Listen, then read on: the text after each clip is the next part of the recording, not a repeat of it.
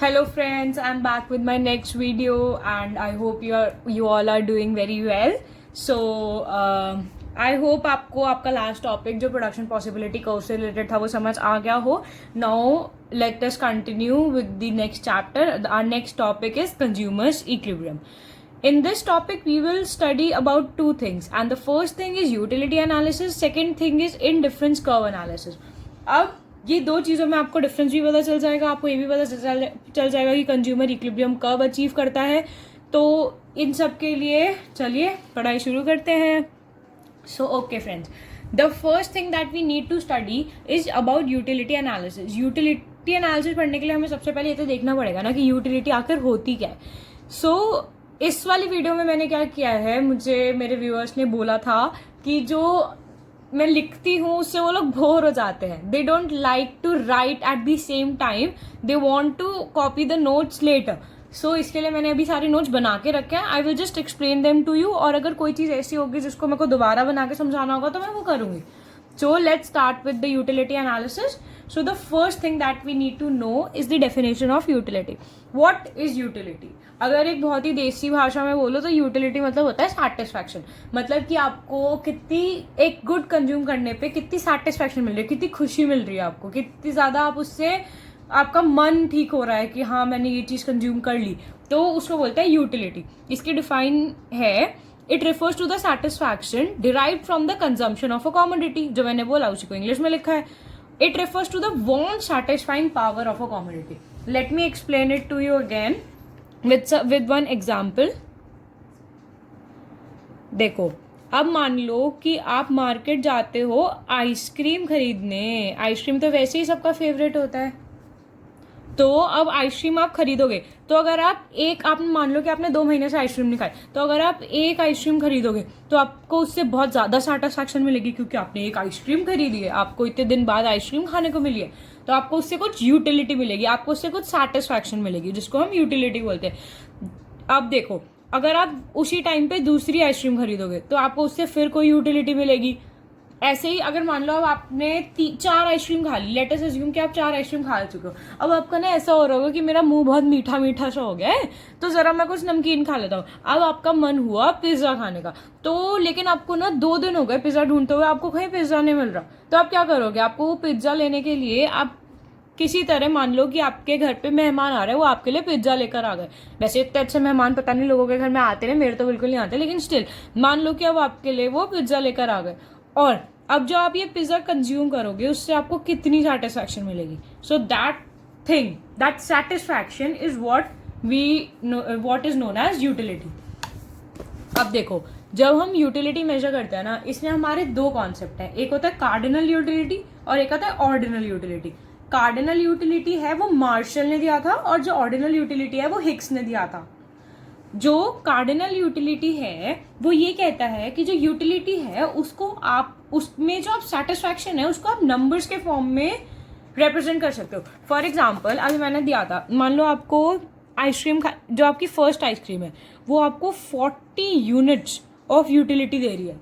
तो ये हो गया, हमने उसको नंबर्स में एक्सप्लेन कर दिया, तो ये होती है कार्डिनल यूटिलिटी. अब जो आपकी सेकेंड यूनिट है वो आपको 30 यूनिट्स ऑफ यूटिलिटी दे रही है. फिर उसके बाद जो आपकी 3rd या 4th यूनिट होगा वो आपको 20 यूनिट्स ऑफ यूटिलिटी दे रही है. तो ये जो आपकी जो यूनिट्स में आप यूटिलिटी को डिराइव करते हो या फिर एक्सप्लेन करते हो उसको कहते हैं cardinal concept of measuring a utility. जैसे ये देखो, मैंने यहाँ पे लिखा है, अगर आप एक आइसक्रीम ले रहे हो आपको 2 यूनिट्स ऑफ यूटिलिटी मिल रही है, 2 आइसक्रीम ले रहे हो तो 4 यूनिट्स, 3 आइसक्रीम ले रहे हो तो 5 यूनिट्स. अब ऐसे ही होता है ऑर्डिनल यूटिलिटी. लेकिन जो ऑर्डिनल यूटिलिटी है वो कार्डिनल यूटिलिटी से डिफ्रेंशिएट करती है, क्योंकि फर्स्ट पॉइंट ऑफ डिफरेंस तो ये है कि मार्शल ने दी थी, हिग्स ने दी थी. सेकेंड पॉइंट ऑफ डिफरेंस ये है कि जो हिग्स था वो ये बोलता था कि हम एक यूटिलिटी को कैसे डिराइव कर सकते हैं. मान लो आप मार्केट जा रहे हो, पास्ता खाकर आ रहे हो, तो आप घर आके बोलोगे मम्मी आज मुझे 5 यूनिट ऑफ सेटिस्फैक्शन मिला. ऐसे बोलते हो आप? नहीं बोलते ना. आप बस ये बोलते हो कि मम्मी मुझे पास्ता खाना पिज्जा खाने से ज्यादा पसंद है.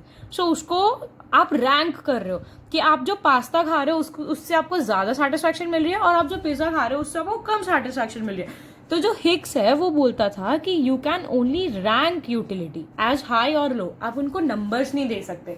तो ये जो दो अप्रोच है ना, ये हम पढ़ेंगे। जो हमारा एक कार्डिनल अप्रोच है ये हमारा देता है यूटिलिटी एनालिसिस, और जो हमारा ऑर्डिनल अप्रोच है ये हमारा देता है indifference curve analysis. Cardinal approach क्या होता है, वो कार्डिनल नंबर्स असाइन करता है कि 5 units of utility, 6 units of utility. Ordinal utility क्या होता है, वो हमारा सिर्फ रैंक करता है यूटिलिटी को कि हमें जो यूटिलिटी मिली है वो ज्यादा है या कम है, तो वो सिर्फ कंपेयर करता है। जैसे मैंने यहाँ पे एक एग्जांपल लिया है आइसक्रीम का। अब आपके पास दो ऑप्शन है, एक या तो आप नेचुरल्स की आइसक्रीम खा लो या आप वाडीलाल की आइसक्रीम खा लो। अब मुझे नेचुरल की आइसक्रीम बहुत पसंद है, तो मैं आके बोलूंगी कि मेरे को नेचुरल की आइसक्रीम ला के दो, क्योंकि नेचुरल की आइसक्रीम मुझे हायर सेटिस्फैक्शन देती है। बट मान लो किसी को कोई और चीज, मान लो किसी को वाडीलाल पसंद है, तो वो बोलेगा कि मुझे वाडीलाल हायर सेटिस्फैक्शन देती है। लेकिन मेरे केस में क्या है, नेचुरल मुझे हायर सेटिस्फैक्शन देती है, वाडीलाल मुझे नेचुरल से कम देती है। इसका मतलब ये नहीं मुझे वाडीलाल पसंद नहीं है, लेकिन मैंने कंपेयर किया। अभी यही सेम चीज मैं कार्डिनल यूटिलिटी में करूँ तो मैं बोलूंगी नेचुरल्स की आइसक्रीम मेरे को 4 यूनिट सेटिस्फैक्शन देती है, वाडीलाल की आइसक्रीम मुझे 8 यूनिट सेटिस्फैक्शन देती है, तो मैं इसको नंबर्स में लिख दूंगी। सो ये हमारा कार्डिनल और ऑर्डिनल यूटिलिटी होता है। Cardinal utility means that utility satisfaction can be measured in terms of cardinal numbers। ये इंपॉर्टेंट लाइन है, कार्डिनल नंबर्स, ठीक है। अब ऑर्डिनल यूटिलिटी जो है, it means that utility can only be ranked as high और low, it can not be expressed in numbers. आप ordinal utility को नंबर्स में एक्सप्रेस नहीं कर सकते। चलिए आगे बढ़ते हैं। अब देखो, utility analysis of consumers equilibrium, ये होता है कार्डिनल मेजरमेंट ऑफ यूटिलिटी पे बेस्ड, जब हम नंबर्स असाइन करते हैं। Indifference curve analysis of consumers equilibrium, ये होता है ऑर्डिनल मेजरमेंट ऑफ यूटिलिटी पे बेस्ड, जब हम किसी चीज को रैंक करते हैं हाई और लो। तो जो इंडिफरेंस कर्व एनालिसिस है उसमें हम रैंकिंग के बेसिस पे यूटिलिटी पढ़ेंगे, ऑर्डिनल मेजरमेंट है इसमें, और जो यूटिलिटी एनालिसिस है उसमें कार्डिनल मेजरमेंट है। So let's understand the concept of utility. For that we have to understand two things, and the first thing is total utility, second thing is marginal utility. So what is total utility? Total utility होता है कि sum total of the utility derived from the consumption of all the units of a commodity। जैसे मैंने अभी आपको ice cream का example लेकर दिखाया था, उसमें से जब हम 1 यूनिट कंज्यूम करेंगे तो हमें कितनी आएगी, सेकंड कितनी आएगी, थर्ड कितनी आएगी, तो टोटल हमारे पास यूटिलिटी कितनी आएगी जब हम उस गुड की सारी यूनिट्स कंज्यूम कर लेंगे। So that is what is known as total utility. Marginal utility क्या होता है, मार्जिनल मतलब होता है change. So marginal utility refers to the additional utility derived on the consumption of all the units of a commodity। अभी शायद आपको ये चीज समझ नहीं आ रही होगी, मैं आपको एक एग्जांपल लेकर समझाती हूँ। So here is our example. देखो टोटल यूटिलिटी क्या होता है। अब मान लो कि हमारे पास एक कॉमोडिटी है एक्स, तो हमने यहाँ पे क्वांटिटी ऑफ एक्स लिख लिया। हम क्या क्या कंज्यूम कर रहे हैं, 0 क्वांटिटी कर रहे हैं, 1 कर रहे हैं, 2 3 4 5 6। अब आप एक चीज देखो, जब हम इसकी क्वांटिटी कंज्यूम कर रहे हैं एक्स की, तो टोटल यूटिलिटी इंक्रीज हो रही है कॉन्स्टेंटली। दिख रहा है यहाँ 20 तक टोटल यूटिलिटी इंक्रीज हो गई, उसके बाद डिक्रीज होनी शुरू हुई, उसके बाद यहाँ पे सेम थी, फिर डिक्रीज हुई। अब ये जब हम इन सब यूनिट्स को सम करेंगे, उसके बाद हम टोटल यूटिलिटी का सम करेंगे, तो जब हम ये सारी यूनिट्स कंज्यूम कर लेंगे, उससे हमें टोटल यूटिलिटी कितनी मिल रही है, that is what is known. मतलब कि जब हमें एक गुड की सारी यूनिट्स कंज्यूम करने पे कितनी यूटिलिटी मिल रही है, that is what is known as total utility. मतलब कि जब हम 1 यूनिट करेंगे तो हमें टोटल यूटिलिटी मिल रही है 8। तो ठीक है, देखो चलो आपको एक बार मार्जिनल और लिख देती हूँ, फिर समझ आएगा। यहाँ पे 0 पे 0 है, इसको स्लैश, ठीक है। अब जब हम 0 से 1 पे गए, मतलब हमने एक गुड कंज्यूम किया एक्स का, तो टोटल यूटिलिटी कितने से इंक्रीज हुई, 8 से इंक्रीज हुई। तो ये हमारी हो गई मार्जिनल यूटिलिटी। यानी कि जब हम 1 यूनिट इंक्रीज कर रहे थे अपनी कॉमोडिटी को, तो यूटिलिटी इंक्रीज हो रही थी बाय जो मार्जिनल यूटिलिटी, जो टोटल यूटिलिटी है वो 8 यूनिट से इंक्रीज हो रही थी, तो मार्जिनल यूटिलिटी आ गई 8। अब देखो जब आप 1 से 2 पे गए, यानी कि आपने 1 यूनिट और बढ़ा दिया, तो अब आपके दिमाग में आ रहा होगा यहाँ पे 16 आना चाहिए। जब 1 बढ़ाने पे 8 आई थी तो 2 बढ़ाने पे 16 आई थी, लेकिन नहीं, ऐसा ही नहीं होता है। मार्जिनल यूटिलिटी का जो कर्व होता है that is always downward sloping. इसका मतलब ये है, मैं आपको ये फिगर अभी समझाऊंगी, बस ऊपर से एक ग्लिम्स दे रही हूँ। मार्जिनल यूटिलिटी जो है ना, वो हमेशा डिक्रीज होती जाएगी। मैं अभी बताती हूँ क्यों। पहले आप इधर देखिए, जब हम 1 से 2 यूनिट्स पे आए, तो हमारी जो यूटिलिटी है वो 8 से 14 पे आई। 8 से 14 आने का मतलब है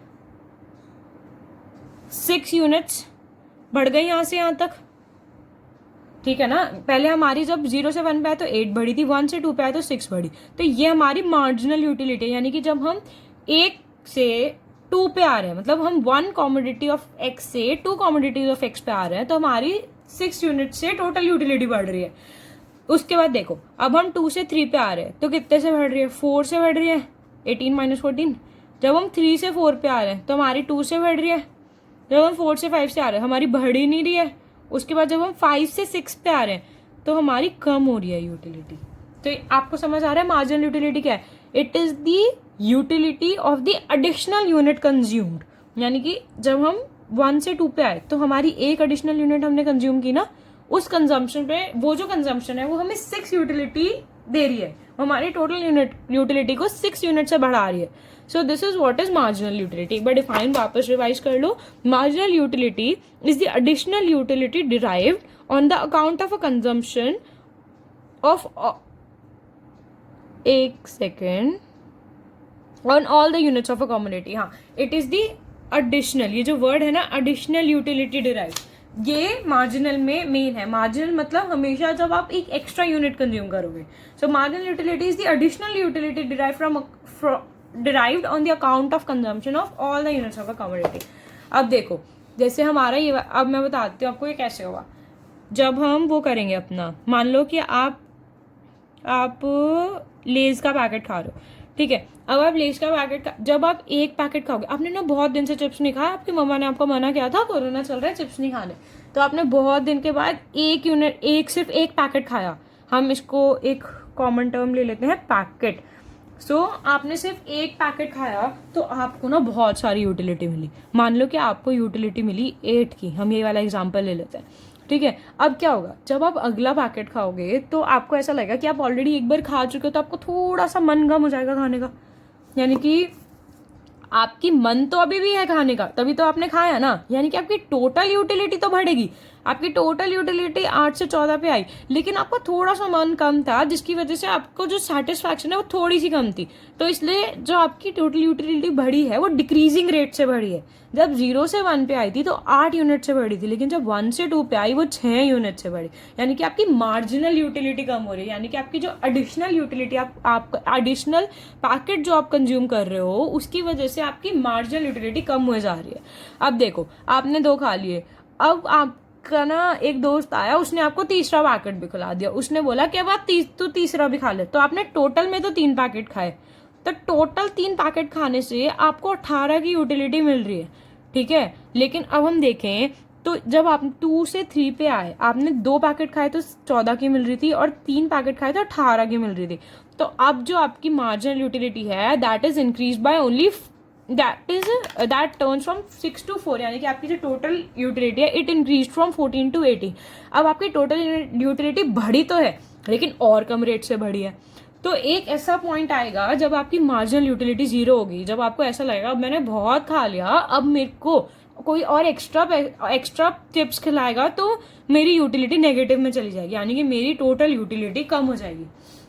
अब देख लो, जैसे आप कभी घर पे जा रहे हो किसी के, आप गेस्ट हो किसी के घर पे, उन लोगों ने बना रखा है आपके लिए फ्रेंच फ्राइज, वो आपको एक पैकेट देंगे फ्रेंच फ्राइज का, 2 देंगे, 3 देंगे, फिर एक पॉइंट के बाद तो आपका ऐसा होगा कि आपका पेट एकदम फुल हो जाएगा, और अगर आपके पेट में अब एक और फ्रेंच फ्राइज डाला गया ना तो आपकी यूटिलिटी खत्म हो जाएगी। आपको ऐसा हो जाएगा कि आप वॉमिट कर दोगे, तो आपकी यूटिलिटी नेगेटिव में चल जाएगी। यूटिलिटी मतलब आपकी सेटिस्फैक्शन कम हो जाएगी। सो this is what this thing represents. अब देखो, मैं इसको आपको फिगर से समझाती हूँ, जो हमने यहाँ पे ऑब्जर्व किया था ना, इसी के बेसिस पे आपकी फिगर बनेगी। देखो, पहले क्या हो रहा था, आपकी क्वांटिटी कंज्यूम 0 थी, तो टोटल यूटिलिटी, ये जो है ये हमारा टोटल यूटिलिटी कर्व दिखा रहा है फिगर ए, और जो हमारा फिगर बी है वो हमारा दिखा रहा है marginal utility curve. Total utility curve में क्या हो रहा है, देखो, जब हमारी एक्स 0 था, मतलब आपके जब आप 0 का एक्स कंज्यूम कर रहे थे, टोटल यूटिलिटी 0 थी। अब क्या हो रहा है, धीरे धीरे टोटल यूटिलिटी बढ़ रही है, तो यानी कि आपको इंक्रीजिंग ग्राफ दिखाना पड़ेगा। लेकिन क्या आपने एक बात नोटिस की, जो टोटल यूटिलिटी है वो डिक्रीजिंग रेट पे बढ़ रही है, जो आपकी मार्जिनल यूटिलिटी है वो कंटिन्यूसली डिक्लाइन कर रही है। तो जो टोटल यूटिलिटी है वो डिक्रीजिंग रेट पे, इसलिए हम इसको ऐसे लेके जाएंगे। फिर एक पॉइंट ऐसा आएगा जो कि पॉइंट आपका है ये, इस वाले पॉइंट पे आपकी मार्जिनल यूटिलिटी 0 हो जाएगी, दैट इज 5 यूनिट्स पे। ये हमने यहाँ पे लिखा 5 यूनिट्स पे आपकी मार्जिनल यूटिलिटी 0 हो जाएगी। जब आपकी मार्जिनल यूटिलिटी 0 होगी तब आपकी टोटल यूटिलिटी मैक्सिमम है, यानी कि आपकी यूटिलिटी इससे या तो इधर नीचे जाएगी या इधर नीचे जाएगी, इधर दिस साइड और दिस साइड। अगर आप कम करोगे कंजम्पशन तो इधर नीचे जाएगी, ज्यादा करोगे तो इधर नीचे जाएगी। तो this is the highest point of utility, आप इससे ऊपर जा ही नहीं सकते। तो ये 20 यूनिट्स है, 20 यूटिलिटी है, दैट ये आपकी मैक्सिमम सेटिस्फैक्शन है। और ये कब मिल रही है? जब आप 5 units of good x consume करो। सो ये हम ऐसे ग्राफ बनाते हैं। इसके आपकी ऑब्जर्वेशन हो गई। आपकी observation number 1, total utility is always equals to the sum of marginal utility. जब आप इन सबका सम लोगे that will be equals to the total utility derived. आपकी सेकेंड ऑब्जर्वेशन है marginal utility is maximum, sorry total utility is maximum when marginal utility is 0। ये आपको दिख रहा है? जब भी आपको भी एग्जाम में फिगर बनाना, पहले मार्जिनल यूटिलिटी का बनाना। हमेशा याद रखना कि marginal utility curve will slope downward. ऐसा क्यों हुआ ये मैंने आपको यहाँ पे समझाया था कि ऐसा क्यों हुआ बताओ। क्योंकि जब हम एक्स्ट्रा से एक्स्ट्रा लेते रहते तो एक पॉइंट हमारी जो यूटिलिटी है फ्रॉम एवरी एडिशनल यूनिट वो कम होती जाती है। So that is the reason marginal utility curve हमेशा डाउनवर्ड स्लोप करेगा। तो आपने देखा जब मार्जिनल यूटिलिटी 0 था at the quantity of X at 5, तब टोटल यूटिलिटी मैक्सिमम थी। तो ये हमारा सेकेंड ऑब्जर्वेशन हो गया, total utility is max when MU is 0। Then हमारा थर्ड ऑब्जर्वेशन ये, आप देखो जो टोटल यूटिलिटी कर्व है ना वो कभी भी नेगेटिव नहीं जाएगा, क्योंकि जब टोटल यूटिलिटी मान लो वापस कम आ गई, फिर आप और तेज और ज्यादा कंज्यूम करोगे, फिर उठने लगेगी वो धीरे धीरे। तो total utility curve can never be negative, it can be 0 but it can not B negative. 0 कब होगी? जब 0 कंज्यूम करोगे। तो लेकिन जो मार्जिनल यूटिलिटी है, marginal utility curve can be negative और 0, ये 0 भी हो सकता है और नेगेटिव भी हो सकता है। ऐसा क्यों होता है? क्योंकि marginal utility keeps on decreasing. ठीक है, अब जो हमारा मेन पॉइंट है वो ये है, total utility increases eight decreasing rate. इसका क्या मतलब है? इसका मतलब ये है कि जो टोटल, जब आप ज्यादा से ज्यादा एक्स कंज्यूम करोगे तो टोटल यूटिलिटी इंक्रीज तो होगी, लेकिन सिंस मार्जिनल यूटिलिटी कम हो रही है it will increase at decreasing rate. ये थोड़ा टेक्निकल टर्म्स थे जो मैं आपको समझा चुकी हूँ, वो वापस बता देती हूँ। मार्जिनल यूटिलिटी की तरफ देखो, पहले मार्जिनल यूटिलिटी 8 से बढ़ी, फिर 6 से बढ़ी, फिर 4 से बढ़ी, यानी कि ये एडअप तो हो रहा है टोटल यूटिलिटी में। आपको दिख रहा है ये एडअप हो रहा है टोटल यूटिलिटी में, लेकिन कम रेट से एडअप हो रहा है। यानी कि जो यूटिलिटी है वो एडअप हो रही है लेकिन कम रेट से एडअप हो रही है। इसका मतलब कि total utility will increase at decreasing. ये जो एट डिक्रीजिंग रेट का पॉइंट है ना, ये रिप्रेजेंट करता है आपकी marginal utility. Marginal utility continuously decline हो रही है, इसकी वजह से जो टोटल यूटिलिटी है वो डिक्रीजिंग रेट पे इंक्रीज हो रही है। It will keep on increasing लेकिन डिक्रीजिंग रेट पे। सो इस वाले टॉपिक में बस इतना ही। तो आपको जब टोटल यूटिलिटी और मार्जिनल यूटिलिटी के बीच में डिफरेंस आएगा या रिलेशन आएगा, नॉट डिफरेंस, रिलेशन आएगा, तो आपको 2 रिलेशन लिखने हैं। एक तो लिखना है कि total utility is equals to sigma marginal utility. एक दूसरा रिलेशन है वो है ये वाला, marginal utility is equals to TUN minus TUN minus 1। जैसे हमने क्या था, इधर जो मार्जिनल यूटिलिटी है एट पॉइंट 2 वो कितनी होगी? 14 माइनस 8, यानी कि TUN minus TUN minus 1, that is marginal utility. So ये 2 रिलेशन है जो आपके मार्जिनल यूटिलिटी और टोटल यूटिलिटी के बीच में आते हैं। चलो आगे बढ़ते हैं।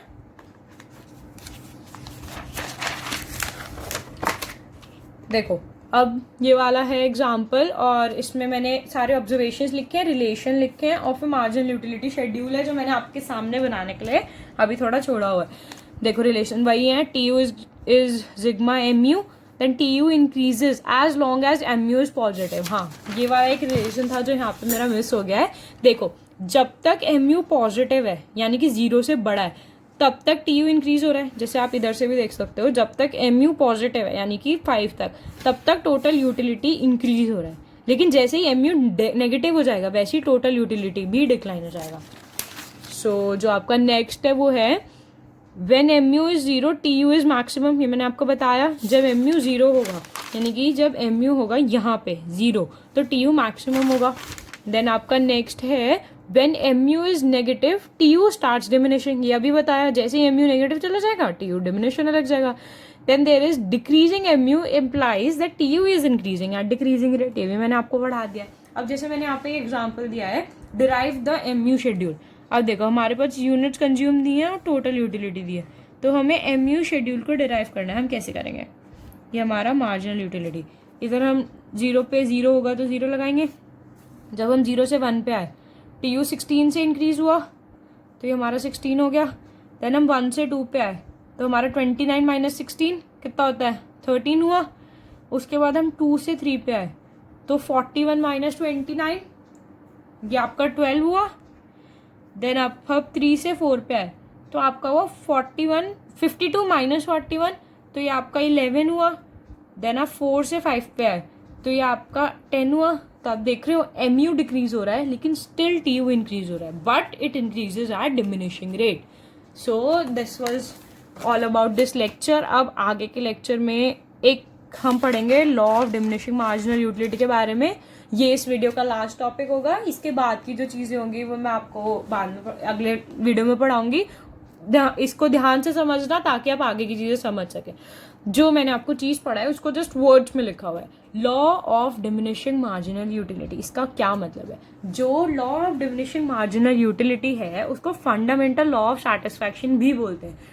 Law of diminishing marginal utility ये कहता है कि जब आप ज्यादा से ज्यादा कमोडिटीज को कंज्यूम करोगे तो आपकी जो मार्जिनल यूटिलिटी है which is derive from every additional unit, it must decline, वो कम होनी ही चाहिए। जैसे मैंने आपको अभी लेस का एग्जाम्पल दिया, आप ज्यादा कंज्यूम करोगे तो आपकी यूटिलिटी कम हो ही रही है। मार्जिनल यूटिलिटी लगातार कम हो रही है। इधर भी देखो मार्जिनल यूटिलिटी लगातार कम हो रही है जैसे जैसे यूनिट्स कंज्यूम बढ़ रहा है। So this is what law of diminishing marginal utility states. It states that as more and more units of a commodity are consumed, marginal utility derived from every additional unit must decline. It happens in respect of all goods and services. चाहे आपकी कैसे ही goods हो कैसे ही services हो, ये diminishing marginal utility का law hold करेगा ही करेगा, जिसकी वजह से हम इसे फंडामेंटल लॉ ऑफ सैटिस्फैक्शन भी बोलते हैं। अब जो ये फंडामेंटल लॉ ऑफ सैटिस्फैक्शन है, इसके 2 अजम्पशंस है जो आपको ध्यान में रखने हैं और एग्जाम में लिखने को भी आ सकते हैं। इसके 2 बेसिक अजम्पशन क्या है? फर्स्ट ये है कि हमेशा एक स्टैंडर्ड यूनिट कंज्यूम होगा। मतलब अगर है तो आप, जैसे अभी मैंने आपको बोला मैं लेज कंज्यूम कर रही हूँ तो मैंने हमेशा एक पैकेट को स्टैंडर्ड रखा। अब है जैसे आप एक कप ऑफ कॉफी कंज्यूम करते हो, not a spoon of coffee. जब आप कॉफी के बारे में पढ़ रहे होंगे तो ये बहुत बेसिक है, ये बहुत स्टैंडर्ड है कि आप एक कप ही कंज्यूम कर रहे हो। अब मान लो कि शुगर है तो 1 टीस्पून ऑफ शुगर, इसको हम स्टैंडर्ड लेते हैं कि हम इतना ही कंज्यूम कर रहे हैं। ये नहीं कि हम पूरा बोरा भर के शुगर कंज्यूम कर रहे हैं किसी में और 1 स्पून की किसी में। हमेशा जो यूनिट है वो स्टैंडर्ड रहेगी।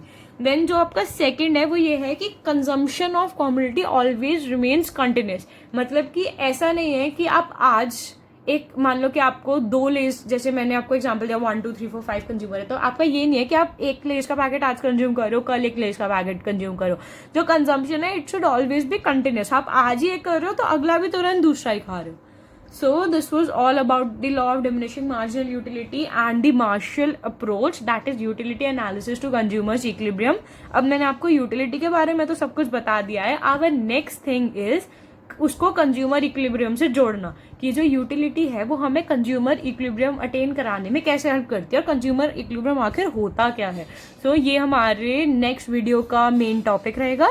सो अभी आप इतना एक बार रिवाइज कर लीजिए। कोई डाउट है तो कमेंट सेक्शन में जरूर बताइए। Please like, comment and share. Thank you so much. Bye bye.